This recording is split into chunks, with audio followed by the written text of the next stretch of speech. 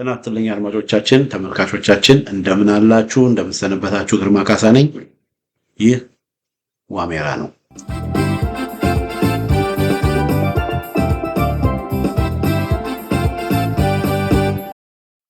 በዛሬው የዋሜራ መርሃ ግብራችን ሁለቱ ገነቶች በሚል ርዕስ ስር አንድ ቅንብር ይዤላችሁ መጥቻለሁ። ስለነማን ደግሞ ልታወራ ነው መቼም ትሉኛላችሁ ብዬ እጠብቃለሁኝ። ስለ ሁለት ገነቶች አወራላችኋለሁ። እነዚህ ሁለት ገነቶች የተለየ ሆኖ ሳይሆን በተለያየ አጋጣሚ ተመሳሳይ ሁኔታ ላይ ስላሉ ቢያንስ የእነሱን ነገር በማንሳት እንደነሱ አይነት ሁኔታ ውስጥ ላሉ ሴቶች ድምፅ ለመሆን በሚል ነው ስለ ሁለቱ ገነቶች ያነሳሁት እና ከዚህም ጋር በማገናኘት ብርሃኑ ነጋ፣ ግርማ ሰይፉንም የምጠይቃቸው ጥያቄዎች አሉኝ ማለት ነው። ሌላው ያው አማራ መሆን በዚህ ሀገር አሁን እና አብይ አህመድ በሚገሉት ሀገር አማራ መሆን ወንጀል የሆነበት ሀገር አሁን ያለችው ኢትዮጵያ አማራ መሆን ማለት ወንጀለኛ መሆን ነው። በቃ ወንጀል አንድ ሰው የሰራው ስራ ሳይሆን በቃ በማንነቱ እንደ ወንጀለኛ ተቀጥሮ የሚገደልበት፣ የሚታሰርበት፣ የሚፈናቀልበት ሆዱ ተቀዶ በውስጡ ያለው ሆዷ ተቀዶ በውስጧ ያለው ማህፀኗ ውስጥ ያለው ህፃን ልጅ ሁሉ ሳይቀር ገና ያልተወለደ ልጅ ሁሉ ሳይቀር አማራ ሆኖ የሚገደልበት ያልተወለዱ ልጆች ሁሉ ሳይቀሩ በቃ አማራ ያቺ አማራና እያሉት ወለጋ ሲገሏቸው በቃ ካሁን በኋላ ወላሂ አማራ አይደለሁም እንዳለችው አለ አይደል? በቃ ያው እንደዛ እና እንዲህ አይነት አሁን ያለው ኢትዮጵያ ውስጥ ያለው ስርዓት በቃ አማራ መሆንን እንደ ወንጀል አድርጎ የሚቆጥር በቃ አማራ መሆን ወንጀል ኢትዮጵያ ውስጥ እና በዚህ ምክንያት ባይገርማችሁ በጣም በርካታ ሰዎች በቃ ኢትዮጵያ ለመኖር ሲሉ ኦሮሞንን ማለት የጀመረዋል። እኔ እኮ በአባቴ በዚህ በኩል እናቴ ምናምን እኮ የእንትን ኦሮሞ ናት ምናምን ማለት የጀመረዋል። እነዛ ማለት የጀመረዋል። አንዳንዶች እኔ አማራ አይደለሁም እኔ ኢትዮጵያዊ ነኝ ስል ምናልባት እና አብይን ለማስደሰት ይመስላል። እኔ በወያኔም ጊዜ እኔ ይሄ ነው አቋም ማንነቴ የኔ ኢትዮጵያዊ ነው። በወያኔ ጊዜ ራሱ የዛሬ ስንት ዓመት ልክ ወያኔ እንደመጣች ገና ከዩኒቨርሲቲ ተምሬ በቃ የመጀመሪያ ምርጫ ኢትዮጵያ ውስጥ ለማድረግ ማለት ነው። ያኔ ወያኔ መጣ። በየቀበሌ አዲስ አበባ ውስጥ የሰላምና የማረጋጋት ምናምን በፊት አብዮት ጠባቂ አልነበረ የሚባሉት ወያኔ ሲመጡ ሰላምና ማረጋጋት የሚል እነሱን እዛ ምርጫ ለማድረግ ወደዛ ሄድኩኝ ማለት ነው። ስመዘገብ ስሜን ነገርኳቸው። ግርማ ገሌ ገሌ ገሌ። እሺ የተወለድ ቦታ አዲስ አበባ፣ ያደግኩት አዲስ አበባ። በቃ ከተወለድኩ ጀምሮ የምኖርበት ቤት ነው ያለሁት። ቤትም አልቀየርኩም። እንደዚህ ብሔርህ ምንድን ነው አሉኝ። ኢትዮጵያዊ። ኖ ኦሮሞ ነህ ምንድን ነህ ምናምን ያሉኝ። እኔ አላውቅም አልኳቸው። በቃ ደግሞ የምሬን አላውቅም።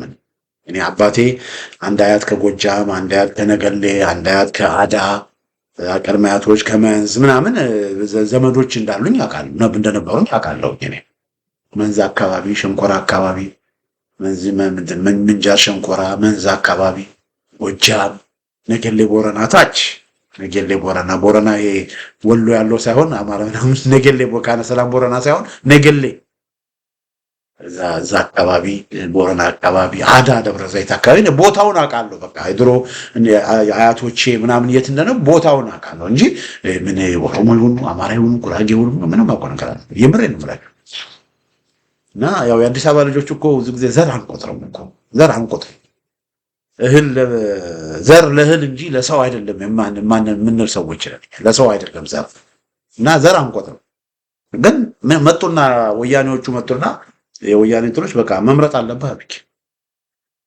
ከዛ ያው መቼም ከትግራይ የመጣ ዘመድ የለኝም እኔ ከትግራይ አካባቢ መጡ ምናምን ሲባል አልሰማሁም።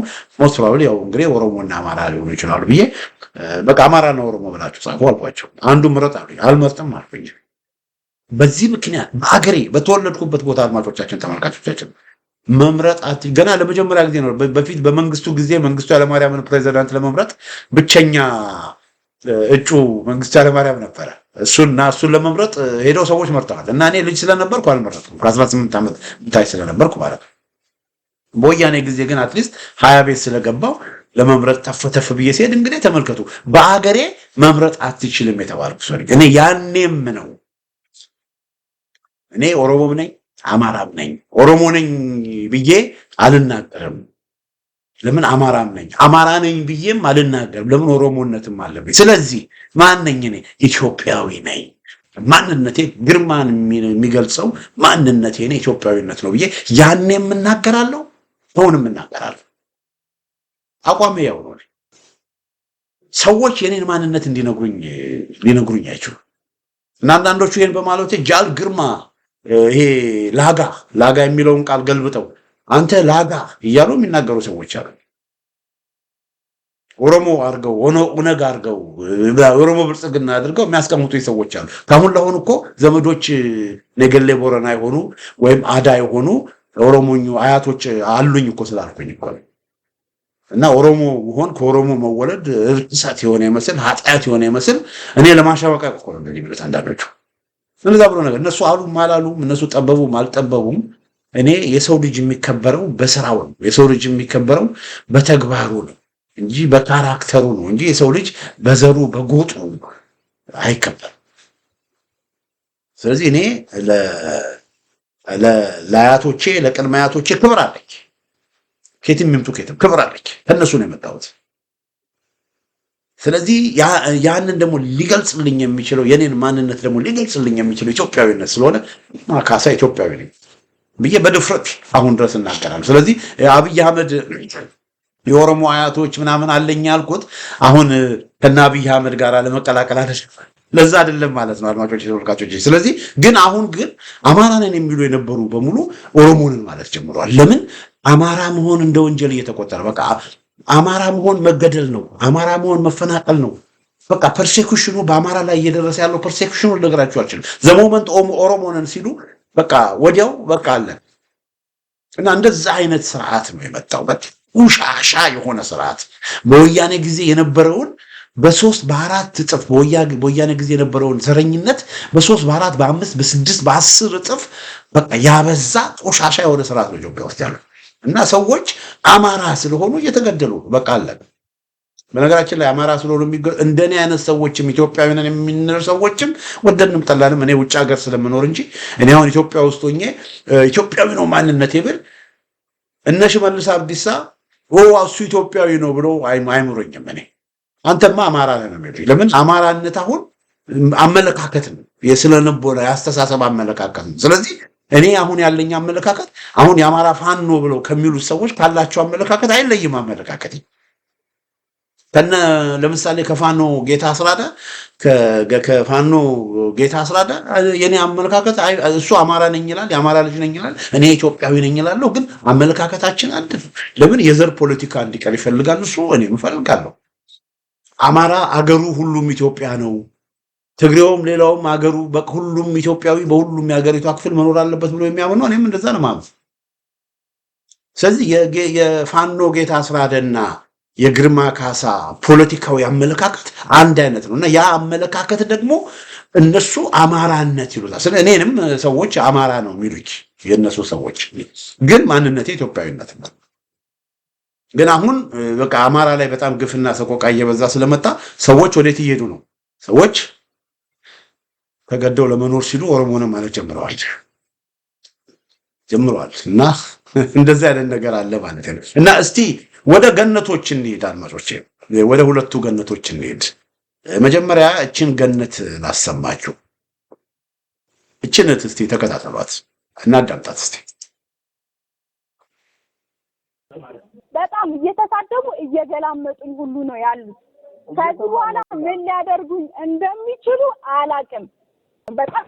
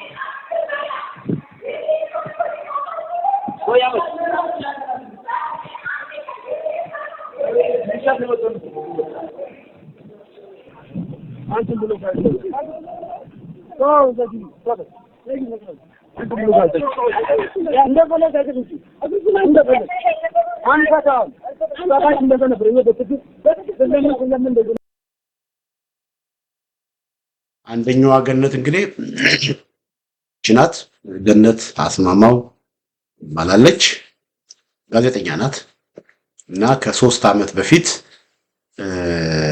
የተቀረጸችው ነው። ያው ስልኳ ላይ አድርጋ የተቀረጸችው ነው። በስልክ ስታወራ ስልኳን ክፍት አድርጋ ያጋጠማትን ነገር ስትናገር የሚያሳይ ነው እና መጋቢት 28 ቀን 2015 ዓመተ ምህረት ከ3 ዓመት በፊት ከቀኑ 11 ሰዓት አካባቢ ነው።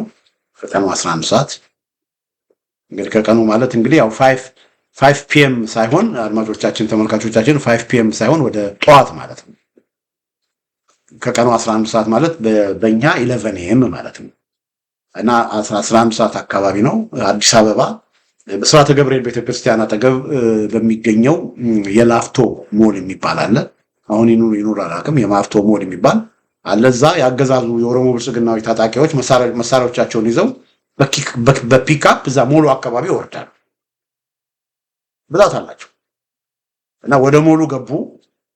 ከጥቂት ደቂቃዎች በኋላ በሞሉ ከገቡ በኋላ ከጥቂት ደቂቃ በኋላ አንዲት አረንጓዴ ሱሪና ጥቁር ሸሚዝ ያደረገች እህት በካቴና አስረው ከሞሉ ወጡ። በካቴና አስረው ፍርሃት ናቸው ይገባል። አንዲት ሴትን ለመያዝ በካቴና አስረው መጡ እና እየገፈተሩ እየጮሁባት እያዋከቧት ወለነች እና መኪናው ጋር ሲደርሱ ወደ መኪናው እንድትወጣ ጮሁባት። ቅድም እንደሰማችሁት ማለት ዝበይ ሲሰድቧት እንዴት ልውጣ? እጆቼን እኮ በካቴና ታስረዋል አለቻቸው። ለሁለት ጎንና ጎን ይዘዋት ፒካፑ ላይ ወረወሯት። ቆይ እናንተ ማን ናችሁ አለቻቸው። ለጥያቄ ትፈለጊያለሽ ከማለት በቀር ምንም መልስ አልሰጧትም። ያለ ፍርድ ቤት ትዕዛዝ ፖሊስ ትፈልጊኛለሽ ስላለኝ ብቻ አልሄድም ትላቸዋለች። ሰዎቹ ምንም አልመሰላቸውም። ሹፌሩም ሳይቀር ከመኪና ወርዶ እጁን ፊቷ ላይ ተሳረረ። በጥፊ መታት።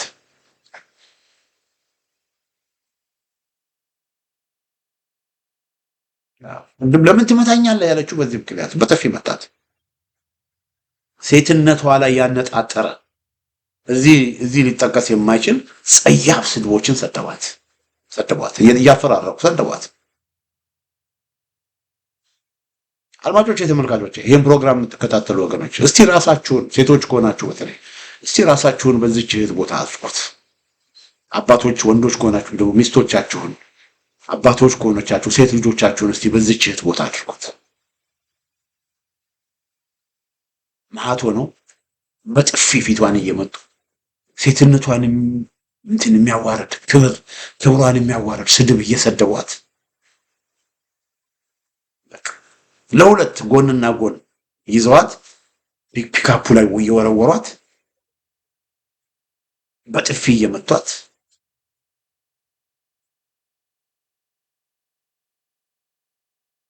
አግተው ሲወስዷት በአካባቢው የነበሩ ሰዎች ሁኔታውን ይመለከታሉ። ካሜራ ይዞ የሚያነሳ ካለ በጥይት በለው ብሎ አንዱ ለሌላው ትዕዛዝ ይሰጣል። በጥይት በለው ተመልከት እና የተሰበሰቡትን ሰዎች በኃይል ሊበትኑና ይቺን እህት ይዘዋት ይሄዳሉ።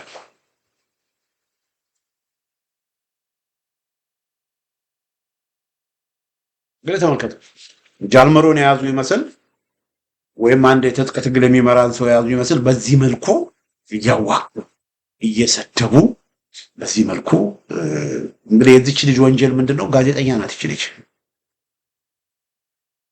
ጋዜጠኛ ነበረች እና በወቅቱ መረጃዎች እንደጠቆሙት ሜክሲኮ ስኩዌር ህንፃ አካባቢ ወደሚገኘው የፌዴራል ፖሊስ ወንጀል ምርመራ ጽሕፈት ቤት ያን የወሰዷት እና ምሽቱን ደግሞ ከሜክሲኮ ፒያሳ ወደሚገኘው የፌዴራል ፖሊስ ወንጀል ምርመራ ጽሕፈት ቤት ወሰዷት። አሰቃያት። ከዛ በኋላ ወደ ቃሊቲ ነው ምናምን ተይዝዳ ይሄው ለ3 ዓመት በእስር ቤት እየተሰቃየች። እህት ገነት አስማማው ትባላለች። በሙያዋ ጋዜጠኛ ናት። የኔታ ቲዩብ ጋዜጠኛ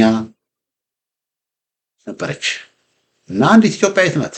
በሀገሯ በምድሯ በሙያዋ እየሰራች የነበረች እህት ናት። እንግዲህ በዚህ ልክ ነው ያገዛዙ ታጣቂዎች ጃልመሮን የያዙ ይመስል በብዛት ሆነው ያልታጠቀች ብዕር ብቻ በእጆቿ ላይ የያዘች እህት ላይ መረባረብና ጡንቻቸውን ማሳየታቸው፣ በጥፊ መምታታቸው፣ የሴትን ልጅ ክብር በሚነካ መልኩ ስድቦችን መሳደባቸው አገራችን ምን አይነት ኢሞራል ስነ ምግባር የሌላቸው ከአውሬ በምንም የማይተናነሱ የሰይጣን ጮራጮች እየተገዛች እንደሆነ በግልጽ ያመላክታል። በገነት አስማማው ላይ የተፈጸመው ግፍ አድማጮቼ፣ በገነት አስማማው ላይ የደረሰው ስድብና ጥፊ በኢትዮጵያውያን እናቶችና እህቶች ላይ የደረሰ ነው።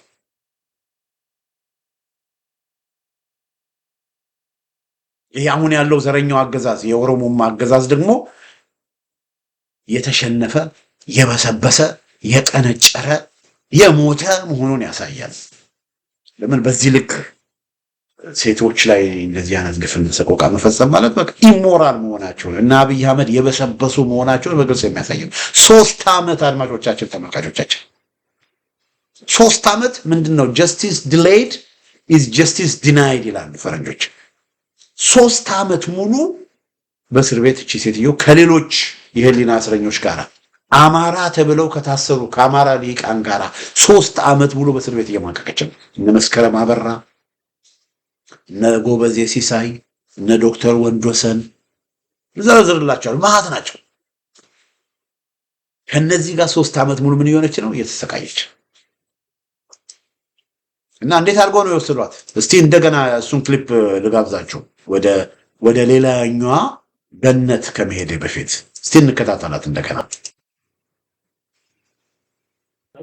በጣም እየተሳደቡ እየገላመጡኝ ሁሉ ነው ያሉት። ከዚህ በኋላ ከ3 ዓመት በፊት ነው እንደሚችሉ አላቅም። በጣም እዚህ ጋር በጥፊ ሲመታት ነው።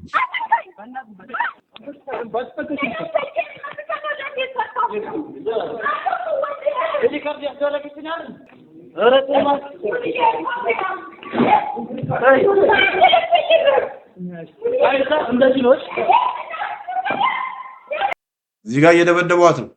ጸያፍ የሴትን ልጅ ክብር የሚል ስድብ እየሰደቧት ነው። እንግዲህ እነዚህ ወንድነን ነው የሚሉት። እነዚህ ሴትን ልጅ በዚህ መልኩ እየደበደቡ፣ ሴትን ልጅ በዚህ መልኩ በጥፊ እየመቱ ወንድነን ነው የሚሉት እነዚህ ሰዎች። እነዚህ ሰዎች እንኳን ወንዶች ሰውም አይደሉም። እነዚህ ሰዎች አውሬ ናቸው።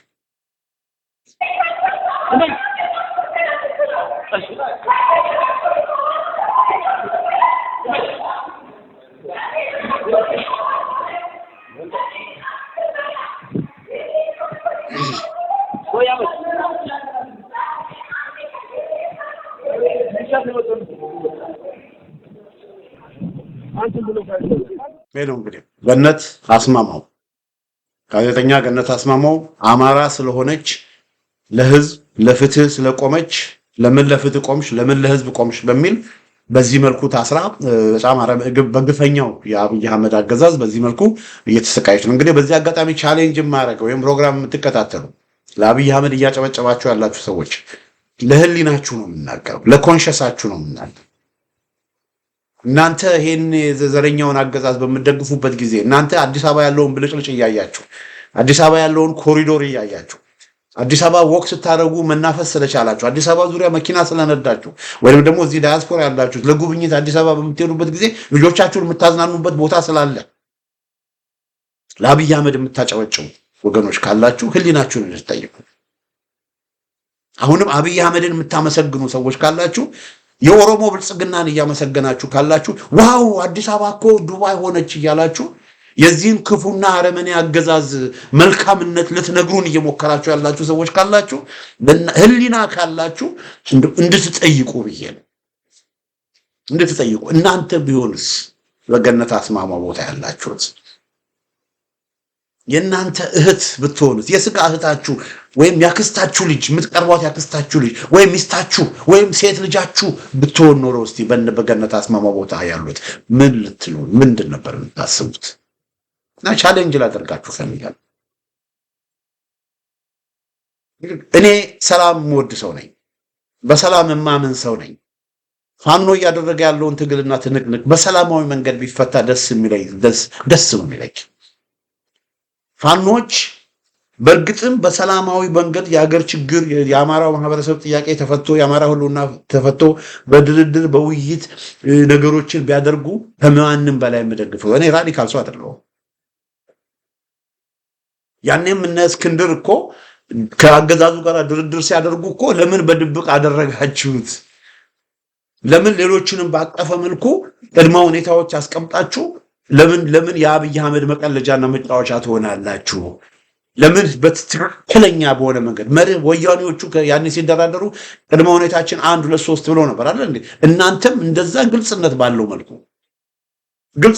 መልኩ ለምን ጥያቄዎችን አታቀርቡ? ለምን አትነጋገሩ?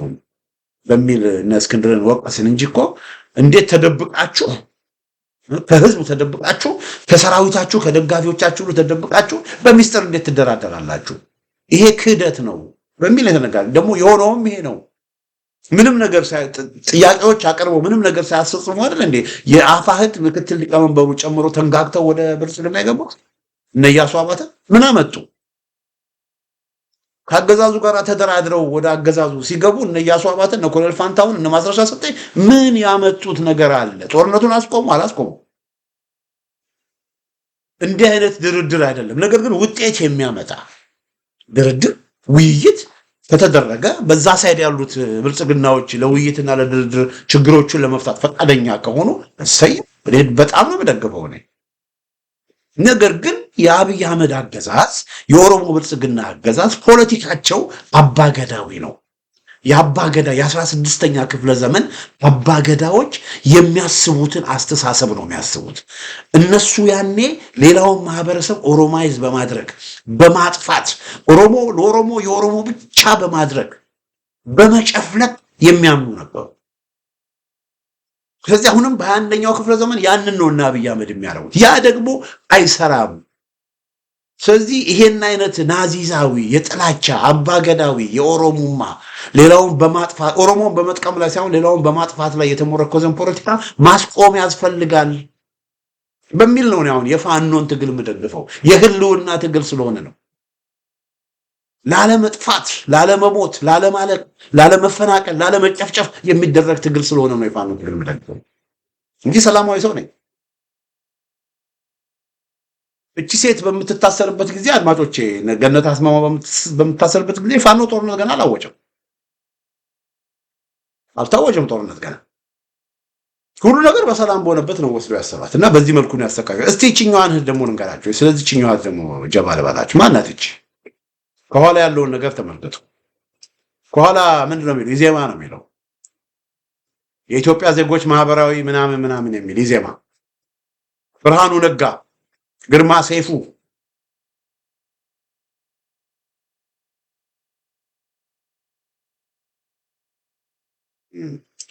እችት አርብ የካቲት 8 ቀን 2017 ዓመተ ምህረት አንድ ዓመት በፊት ማለት ነው። እሷ እቺ ደግሞ ከምሽቱ 2 ሰዓት ነው 8 ፒኤም ማለት ነው። ከምሽቱ 2 ሰዓት 6 ኪሎ በአንድ የመኖሪያ ቪላ እዛ አካባቢ ነው የምትኖረው። 6 ኪሎ አካባቢ በሁለት ፒካፕ መኪኖች የታጨቁ ቀይ ቦኔት የለበሱ ያው እነዚህ አየር ወለድ የሚባሉ ሪፐብሊካን ቀይ ቦኔት የለበሱ ሪፐብሊካን ጋርዶች በድንገት ደርሰው ቤቱ የምትኖርበትን ቤት ይወሩታል። ተመልከቱ እኮ ጃልመሮን የያዙ እኮ ነው የሚመስላቸው። ወረሩት እና በሩን ሰብረው በሩን ገንጥለው ገቡ።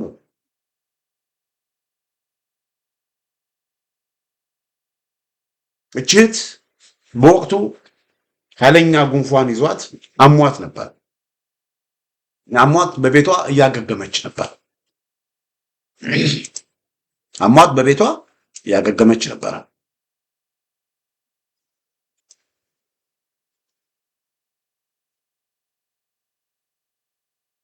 እና እነዚህ አየር ወለዶች መጥተው ቤቷን ሰብረው በሩን ሰብረው ገቡ። በሁለት ፒክአፕ ያሳያቸው አዋርድስ ወንዱን እኮ ሄደው አይገጥሙም፣ ግን ደካሞች ላይ አቅም የሌላቸው ላይ እንደዚህ መጥተው በቃ ደግነታቸውን ለማሳየት ይሁን ደደቦች። ከዛ አስፈራርተው እያንገላቱ እያዋከቡ ልክ ገነት አስማማውን እንዳደረጉ መኪና ውስጥ ጭነው ሄዱ። ይሄኔ አልተቀዳችም፣ ሬከርድ አልተደረገችም፣ እሷ የደረሰባት ነገር አልታወቀም። ይሄኔ መተዋትም ደብድበዋትም ይሆናል አናውቅም። አሁን ይኸውልሽ የካቲት 2018 ዓ.ም ደርሰናል። 1 ዓመት ሆነው። እቺ እህት በምን ምክንያት እንደተወሰደች፣ የት እንደተወሰደች፣ ለምን እንደተወሰደች እስከዛሬ የታወቀ ነገር የለም። በህይወት ትኑር አትኑርም አናውቅም። የብልጽግና አገዛዝ ከፍተኛ የጸጥታ ሹማምንት ቤተኛ የሆነው የፌደራል ከፍተኛ ፍርድ ቤት አለ። ቤተኛ ፍርድ ቤቱ ይሄንን የእሷ ደጋፊዎች ሶሻል ሚዲያ ላይ የለጠፉትን ነው ማነበላችሁ። ቤተኛ የሆነው ከፍተኛ ፍርድ ቤት የሽብር ችሎት ሰብሳቢ ዳኛ ፈይሳ በዳዳ የሚባል አለ እና ለወዳጆቹ የዚችን ሴት ጉዳይ በቅርቡ በዶክመንተሪ ጠብቁ የሚል ጭምጭምታ ከሱ ኦፊስ አካባቢ በቃ ስለዚህ እቺን ልጅ አካተተ በዶክመንተሪ አንድ የሆነ ነገር ይሰራል የሚል ጭምጭምታ ነገር እንደተናገሩ መረጃዎች እንደወጡ ይነገራል። እና በተደጋጋሚ ስለዚህ ሴት የሚመለከታቸው የፌደራል ፖሊስ፣ የመከላከያ እንዲሁም የደህንነት ባለስልጣናትን ለማነጋገር ተሞከረ፣ ጥረቱ አልተሳካም። ጭራሽ ጠያቂዎቹን በማስፈራራትና በዛቻ በቃ ወደዛ አካባቢ እንዳይመጡ ነው የተደረገው። የእሷን ስም የሚጠራ በቃ ትላልቅ ባለስልጣኖችን ሁሉ በቃ ያንዘፈዘፋቸው ነበር። እና እቺ ሄት የ28 ዓመት ወጣት ናት። እድሜዋ 28 ነው። ገነት አራጌ ትባላለች። ገነት አራጌ ትባላለች። የአዲስ አበባ ዩኒቨርሲቲ የፖለቲካል ሳይንስ ምሩቅ ናት። እና በአማራ ህዝብ ላይ እየተፈጸመ ያለውን የዘር ፍጅት ከገዢው ብልጽግና ፓርቲ ጋር አብሮ በመወገን እያባባሰ ያለውን የቀድሞ ፓርቲዋን ኢዜማን በማውገዝ ከሌሎቹ ጓዶቿ ጋር ለቃ ያወጣችናል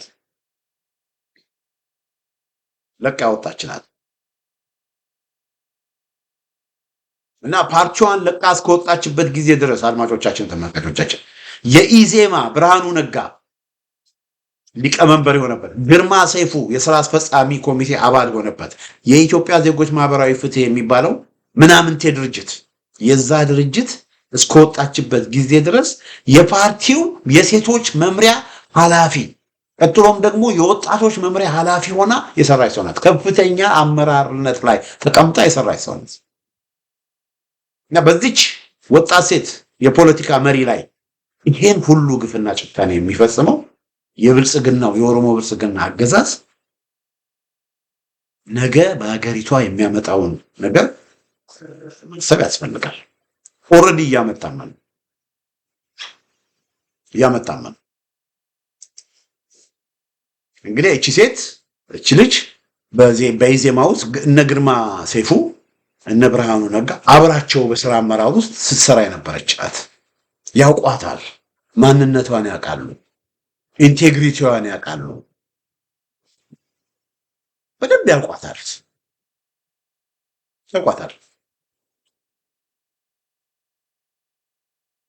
ግርማ ሰይፉ ከአብይ አህመድ ጋር ጓደኛ ነው። ብርሃኑ ነጋ ከአብይ አህመድ ጋር ጓደኛ ነው። እንደው ሌላው ቢቀር እንኳ እውነቴን ነው የምላችሁ፣ ሌላው ቢቀር እንኳ ምንም አታረጋችሁም፣ ፍቷት፣ እኛ እናውቃታለን ብለው እንኳን ትንሽ እንኳ መከራከር እንዴት ያቅታቸዋል? እነ ብርሃኑ ነጋ እነ ግርማ ሰይፉ እንደው ሌላው ቢቀር ለሁለት ዓመት ለምናም ለሁለት ለሶስት ለረጅም ጊዜ ኢዜማ ከተቋቋመ ጀምሮ አብራ ከነሱ ጋር አብራ እንደው የሰራችውን ለብርሃኑ ነጋ በምርጫው ጊዜ ስትቀሰቅስ፣ ለግርማ ሰይፉ በምርጫው ጊዜ ስትቀሰቅስ አልነበረም ወይ? እንደው ለነሱ እንኳን የሰራችላቸውን ያደረገችውን ለነሱ የጣረችውን ትንሽ ጥረት እንኳን እንዴት እነ ብርሃኑ ነጋና እነ ግርማ ሰይፉ አድርገው የዚች ልጅን ጉዳይ እንደው ፐርሰናል አድርገው እንዴት ያወስዱትም? ያውቋታል። ያን ያህል እነሱስ ራሱ ያን ያህል በዚች ሴት ላይ እየደረሰ ያለው ነገር ኦኬ፣ ሌሎችስ እሺ፣ በዚህ ሴት ላይ እየደረሰ ያለውን ነገር እንደው ትንሽ እንኳን እንዴት አይሰማቸውም? ትንሽ እንኳን እንዴት አይሰማቸውም? እና እቺት ገነት አራጌ የት እንዳለች አድማጮቻችን ተመልካቾቻችን አይተዋል። ኢዜማ የሚባለው የበሰበሰ የበከተ ድርጅት ግን ተመልከቱ፣ አባሎቹ በዚህ ሁኔታ ራሱ ሲታሰሩ እሱ ሌላው የኢዜማም አመራር አባል ዶክተር ጣኔም እንደዚሁ ታስረዋል። ግን እነ ግርማ ሰይፉ እነ ብርሃኑ ነጋ ለመርህ የቆሙ አይደሉም። የሰብአዊነት ብሎ ነገር እነሱ ጋር በቃ ጥቅማቸው እስከተጠበቀ ድረስ የነሱ ስልጣን የነሱ ቦታ የነሱ ክብር እስከተጠበቀ ድረስ ለሌላው ሰው ደንታ የሌላቸው ናቸው። እና ግርማ ሰይፉም ሆነ ብርሃኑ ነጋ ከነ አብይ አህመድ በምንም የማይሻሉ መሆኑን በዚህ ነው የምናየው። እንግዲህ ይሄ የሚያሳየው ትሬንዱ ምንድን ነው ወገኖቼ? ገነት አስማማውንና ገነት አራጌን እንደ ምሳሌ ያቀረብኩ እንጂ የአገዛዙን አክረኝነት ነው የሚያሳየው። በቃ አገዛዙ ለሴት ልጅ ክብር እንደሌለው፣ ለሰብአዊነት ክብር እንደሌለው፣ አገዛዙ ከፍትህ ጋር የተጣላ እንደሆነ፣ የጭፍታ ፖለቲካ የሚያራምዱ እንደሆኑ፣ የሰይጣን ቆራጮች እንደሆኑ ነው እዚህ ጋር የምናየው። በብዙ ሺህ የሚቆጠሩ እውነቴን ነው የምላችሁ ሴቶች እነ ገነት አስማማውና እነ ገነት አራጌ እኮ እሺ ታስረዋል። በብዙ ሺህ የሚቆጠሩ ሴቶች በአማራ ክልል በኦሮሞ ብልጽግና ታጣቂዎች፣ አረመኔ ታጣቂዎች በብዙ ሺህ የሚቆጠሩ ሴቶች እየተደፈሩ ነው። ስለዚህ ይሄ ክፉ መንግስት ነው፣ ክፉ አገዛዝ ነው፣ ክፉ አገዛዝ ነው። ይሄ አገዛዝ እንዲቀጥል ሊፈቀድለት አይገባም። እኔ እነዚህ ሴቶች የስጋ እህቶቼ ልጆቼ ምናምን አይደለም፣ እኔ አላቃቸውም። እኔ በሚዲያ ነው እንጂ ገነት አስማማውንም ገነት አራጌንም እኔ አላቃቸውም። ለሀገር ትልቅ ነገር ሊያበረክቱ የሚችሉ ወጣቶች ነበሩ፣ ሴት ወጣቶች ነበሩ። በዚህ ልክ ግን የአብይ አህመድ አገዛዝ ግን በዚህ ልክ እንዲህ አይነት ግፍና ጭካኔ እያሳየ ብዙ እህቶቻችንን እየሰበረ የመጣበት ሁኔታ ነው ያለው። እና አሁንም የምለው ምንድን ነው ይህም መልእክት ማስተላልፈው ይህም ፕሮግራም ለምትከታተሉ ሰዎች እኛ አብይ አህመድ ላይ የኦሮሞ ብልጽግና ላይ ራዲካል የሆነ ጠጠር ያለ አቋም ስንይዝ ወደን አይደለም ተገደን። እኔ በሰላማዊ ትግል የማምን ሰው ነኝ። ጦርነት እንዲኖር አልፈልግም፣ እንዲኖር አልፈልግም። ያኔ የመጀመሪያው ዙር የወያኔ ጦርነትም ሲደረግ ወያኔዎች ወደ ጦርነት እንዳትገቡ እያልኩ ስመክር የነበርኩ ሰው ነኝ። አልሰማ ብለው እንጂ የመጀመሪያው ዙር ጦርነት አታድርጉ ስል አልሰማ አሉ። ሁለተኛው ዙር ደግሞ ወደ አማራ ክልል አትግቡ፣ አሁን በቃ ኦልሬዲ ከመቀሌ አገዛዙን አስወግዳቸዋል፣ አብይ አህመድ የተናጠል ተኩስ አቁሟል፣ አሁን ተነጋገሩና ሁሉንም አሸናፊ ያደረገ መፍትሄ ፈልጉ ስንል አልሰማ ብለው ከአማራ ሊግ ጋር ሂሳብ እናወራረዳለን ብለው እነ ጌታቸው ረዳ ወደ አማራ ክልል ደብረሲና ገቡ፣ አለቁ። አሁን እችን ሰሞን ባለው ጦርነት አያዋጣም እያልኩ እየጮህኩት፣ በአማራ ክልልም ደግሞ አገዛዙ ወደ ጦርነት ሲገባ የአማራውን ማህበረሰብ ጥያቄ በሰላም ፍቱ፣ የፖለቲካውን ጉዳይ በሰላም ፍቱ፣ ህዝቡ ላይ ጦርነት አታውጁ፣ የአማራ ልዩ ኃይልን አትበትኑ፣ የአማራ ልዩ ኃይልን ከበተናችሁ ወያኔን ሙሉ ለሙሉ ከትጥቅ አስፈትታችሁ፣ የኦሮሞ ልዩ ኃይልን ሙሉ በትናችሁ፣ ሁሉንም በእኩልነት ከሆነ ልክ ነው። ግን የኦሮሞ ልዩ ኃይልን ሳትበትኑ በ30 ዙር ያሰለጠናቸዋቸውን የኦሮሞ ልዩ ኃይልን ሳትበትኑ፣ ወያኔን ትጥቅ ሳታስፈቱ ዘላችሁ አማራውን ትጥቅ ፍታ ማለት ጦርነትን ማወጅ ነው። በአማራው ላይ ጦርነትን ማወጅ ነው። አታደርጉት። ሰከን በሉ። በአማራ ክልል ጦርነት ከጀመራችሁ አታሸንፉም። በ3 ሳምንት ውስጥ ምናምን አይሆንላችሁም። ልክ ህወሓትን ልክ እንዳስገባን ፋኖንም ልክ እናስገባለን የምትሉት ነገር አታስገቡም በሚል በምክንያት ከጂኦግራፊ አንጻር፣ ከውጊያ ብቃት አንጻር፣ ከስትራቴጂ አንጻር 1 2 3 4 5 6 ብለን እና አብይ አህመድ በአማራ ክልል ፋኖ ላይ ጦርነት ካሸነፉ አያሸንፉም፣ ፋኖን ማጥፋት አይችሉም በሚል በጣም ወደ ጦርነት እንዳይገባ ስንጮህ የነበርን ሰዎች የማታሸንፉትን ጦርነት ውስጥ አትግቡ። አንድ ሱንዙ የሚባል የአርት ኦፍ ወር ላይ ጎበዝ ጀነራል ወደ ጦርነት ከመግባቱ በፊት ዝግጅት ስለሚያደርግ ጦርነቱን ሳይጀምር ያሸንፋል። የማይረባ ጀነራል ደግሞ ጦርነቱ ውስጥ ከገባ በኋላ ለማሸነፍ ይሞክራል። ስለዚህ የማታሸንፉን ጦርነት አትጀምሩት። የማታሸንፉን ጦርነት ጀምራችሁ ጦርነቱ ውስጥ ከገባችሁ በኋላ ለማሸነፍ አትሞክሩ በሚል ብዙ ጮኸናል፣ ግን አልተሰማንም። ስለዚህ አገዛዙ በቃ በየቀበሌው በየወረዳው ሄዶ ህዝቡን ትጥቅ ለማስፈታት በሚሄድበት ጊዜ ህዝቡ ራሱን የመመከት መብት ስላለው ይሄ አብይ አህመድ ያደረገውም ደግሞ በቃ አማራውን ለማጥፋት ስለሆነ የተነሳው የህዝቡን ፍትሃዊ ራሱን የመከላከል ራሱን ዲፌንድ የማድረግ ትግል ደግፈን የፋኖ ደጋፊ ሆነ። ፋኖ ለህልውና ስለሆነ ትግል የሚያደርገው የህልውና ትግል የራስን የመከላከል ራስን ላለማጥፋት የሚደረግ ትግል ስለሆነ ያንን እንቅስቃሴ ትግል አሁንም አገዛዙ ተኩስ አቁሞ እውነተኛ ውይይት፣ እውነተኛ ሰላም፣ እውነተኛ ድርድር በማድረግ ያሉ ችግሮች ሁሉን አሸናፊ ባደረገ መልኩ በውይይት እንዲፈታ ከፈለገ እኔ በግሌ በጣም የምደግፈው አቋም ነው። ሌሎች ላይ ደግፉ ይችላል ይሆናል። ነገር በጣም የምደግፈው አቋም ነው። ግን ያንን እስካሁን አገዛዙ እያደረገ አይደል? ምንድነው አገዛዙ እያደረገ ያለው? ሴቶችን እየደፈረ ገበያ ላይ፣ ትምህርት ቤት ላይ፣ ክሊኒኮች ላይ፣ የትራንስፖርት መናኸሪያዎች ላይ ድሮን እየተኮሰ ከተሞች ላይ ደብረታቦር ላይ 22 የድሮን ጥቃቶችን የተፈጸሙት ደብረታቦር በቃ እንደዚህ አይነት የጦር ወንጀሎችን እየፈጸመ በአንድ በኩል እንደነ ግርማ እንደነ አቶ መስፍን አራያና ወይዘሮ ሂሩት ያሉ የምክክር ኮሚሽን እያለ በአንድ በኩል ስለ ንግግር ስለ ምክክር ያወራል፣ በሌላ በኩል ደግሞ ወንጀልን የጦር ወንጀሎችን ይፈጽማል። እና በዚህ ሁኔታ ከዚህ መንግስት ጋር የሚደረግ ውይይት በአሁን ባለው ሁኔታ ራዲካል የሆነ ያስተሳሰብ ለውጥ ይዘው ካልመጡ አይቻልም። ስለዚህ እነዚህ ሰዎች ከማስወገድ ውጪ ሌላ አማራጭ የለም በሚል የፋኖን እደግፋለሁ እንጂ ማንም ሰው ጦርነትን አይፈልግም። ስለዚህ አሁንም ይሄ ነገር ኢትዮጵያ ውስጥ እየተፈጸመ ያለው ኢንጀስቲስ፣ ኢትዮጵያ ውስጥ እየተፈጸመ ያለው ግፍ እንዲቆም ሁላችንም መረባረብ አለ እና ዝምታን የመረጣችሁ ወገኖች፣ ኢትዮጵያ ውስጥ ይሄ ሁሉ ነገር ሲሆን ዝምታን የመረጣችሁ ወገኖች፣ ሌሎች ታግለው ለውጥ እንዲያመጡላችሁ የምትፈልጉ ወገኖች ራሳችሁን መርምሩ። ዛሬ በፋኖ አማራ ክልል ባሉ ሴቶች ላይ ነው። ዛሬ በነ ገነት አስማማ በነ ገነት አራጌ ላይ ነው። ነገ እናንተ ላይ ይመጣል። ስለዚህ ሁላችንም ተባብረን ይሄንን ክፉና አረመኔ አገዛዝ ማስወገድ የግድ እና ይሄንን ነው ማለት የምፈልጉ አድማጮቼ፣ ተመልካቾቼ።